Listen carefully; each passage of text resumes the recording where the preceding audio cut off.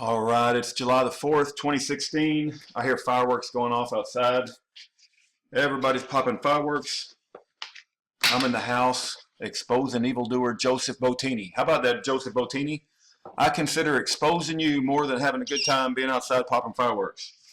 How about that? This guy is an evil bastard. Absolutely wicked, evil man. He's so evil that if you worked with him day in and day out, you would want to kill yourself. And you say, that sounds a little exaggerated. I say, no, it's not exaggerated. Ask Nicholas Marsh. Nicholas Marsh killed himself because he worked with this evil bastard that's on a fast train to hell. But Joseph Bottini, let me find his name real quick. He's highlighted in the book License to Lie, Exposing Corruption in the Department of Justice by Sidney Powell. And Joseph Bottini has a paragraph at the end. It tells us what happened to Joseph Bottini for all the wickedness that he did in derailing Senator Ted Stevens' senatorial run, the longest running United States senator, Republican senator in American history. And because this man derailed Senator Ted Stevens, we now have Obamacare. So you can thank this man and Mary Beth Kepner for Obamacare. Not only that, but Senator Ted Stevens mysteriously dies in a plane crash. Isn't that kind of weird? It's kind of weird. All right, what does Sidney Powell have to say about Joseph Bottini? Veteran Alaska Assistant U.S. Attorney Joseph Bottini remained an Assistant U.S. Attorney in Alaska. Did he get punished for what he did in Ted Stevens' case when Judge Emmet Sullivan asked Hank Schuelke to investigate why the prosecutors were playing dirty and withholding exculpatory evidence? Sidney goes on to write, in the wake of the Schuelke report and its own investigation, the department's Office of Professional Responsibility recommended only that Bottini and Golke be suspended without pay for 40 and 15 days respectively. So you can derail a United States senator from being elected. You can convict innocent men, destroy their lives, rip them away from their family, be so evil that your co-workers slit their wrist and hang themselves with an electrical cord. And what does the United States government do to you when you finally get exposed for all of that evilness? Well, we're going to put you 15 days without pay, but you can come right back to work after that small vacation.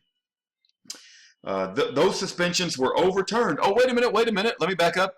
The 15-day without pay suspension, we're going to overturn that, and you're not going to have to pay any penalty whatsoever.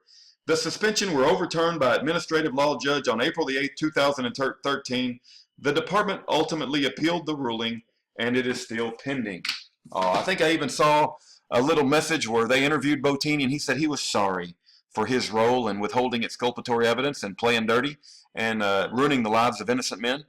But I just don't think sorry cuts it. I really don't. Let's see what. Let me just quickly share with you this man right here, Judge Emmet Sullivan, this black dude over here. He's an absolute idiot. He likes to pretend he has a backbone. Schaeffer Cox wrote a 3-page letter about him, and he likes to pretend he has a backbone, and he's going to clean up the corruption. And this Judge Emmet Sullivan right here, this guy right here, he assigned this guy, who's supposed to be a tough cowboy, going to clean up all the justice, and he's really good at writing a 500-page report. And what did that 500-page report accomplish? Because he was going to clean up the corruption that occurred against Senator Ted Stevens. Accomplished absolutely nothing. It was a limp-wristed piece of garbage that didn't accomplish anything whatsoever. But everybody's got a lot of respect for Emmet Sullivan and Hank Schuelke. And Emmet Sullivan and Hank Schuelke are a bunch of sellouts. And Schaeffer Cox wrote a 3-page letter to Emmet Sullivan. And when Emmet Sullivan got it, he was supposed to apply it to the record in Schaeffer Cox's case. But Emmet Sullivan sent it back and said, we don't want to put that on the record because that shows too much of the truth, and it exposes me as a really sellout judge, and I'm kind of a traitor to the United States of America, and I don't want any 3-page letter from Schaeffer Cox to get put on the official record where people can pull it down from pacer.gov. So that's what happened there. And you say, well, let's go back to Joseph Bottini, right? This is my video on Joseph Bottini. We got this picture here. You guys see this? This is Brenda Morris. I think she went on to bigger and better things now that she's destroyed the lives of innocent men. This man right here, he's Nick Marsh.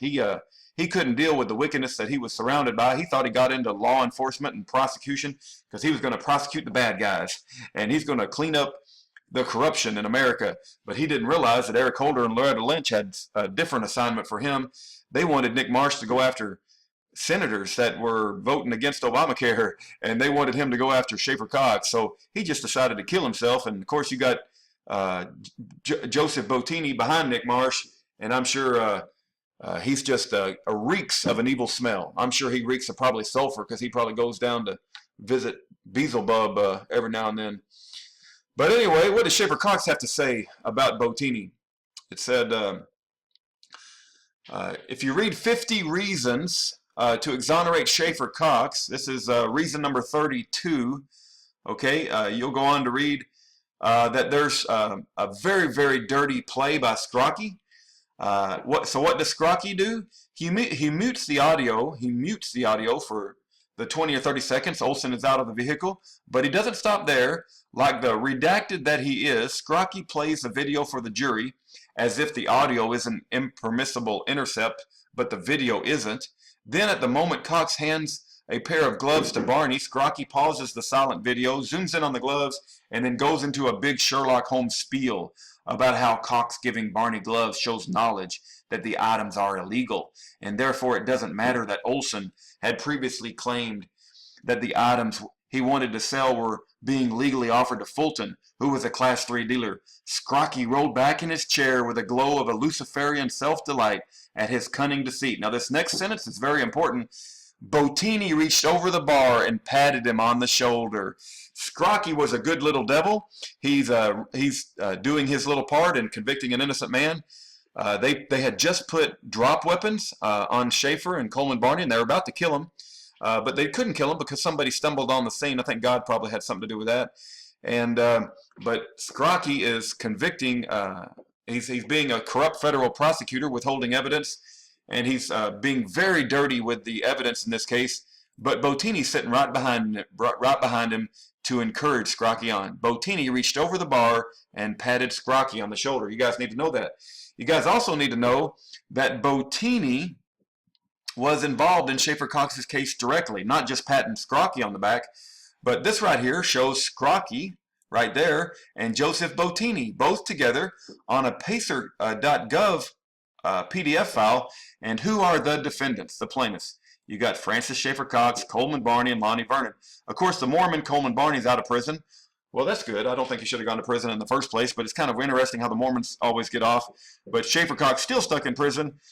And Lonnie Vernon, the poor old truck driver who's just got a loud mouth, he's still in prison today.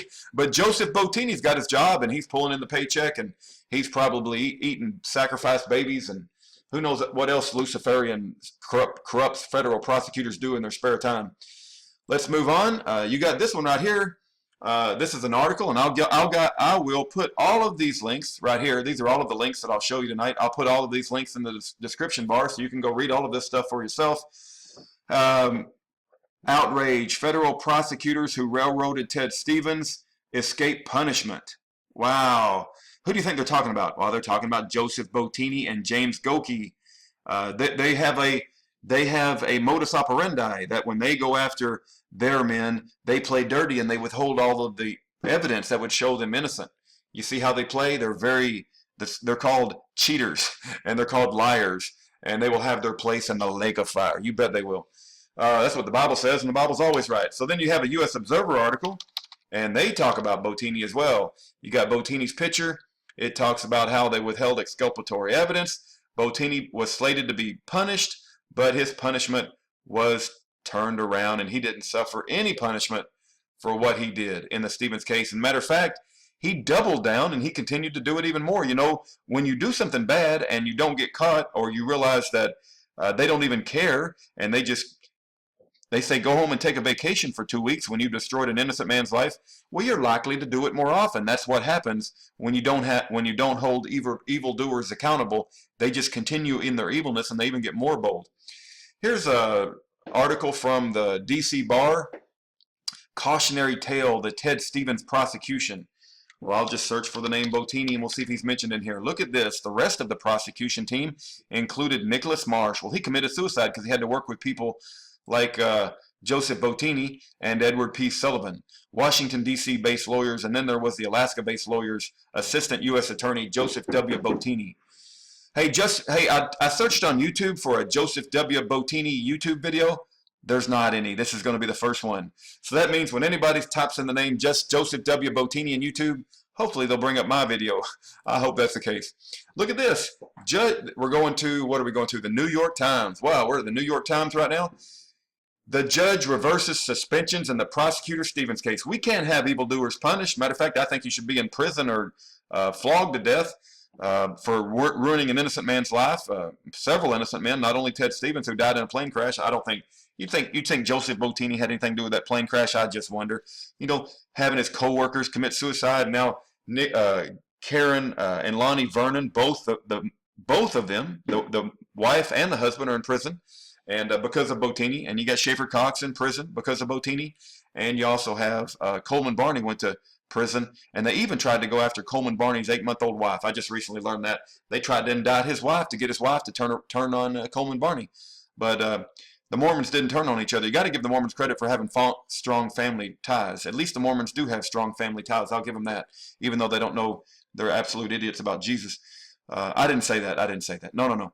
Anyway, Coleman Barney was actually a good guy. Schaeffer Cox has said nothing but positive things about Coleman Barney.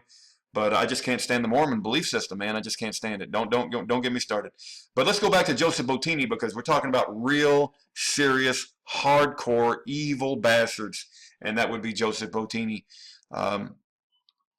Let's go back. We got his picture. He just looks like he's evil. Looks like he put a couple of horns on him, put a red tail. He'll fit real nice in the lake of fire. What's this? Prosecutors in botched case against Senator Stevens suspended.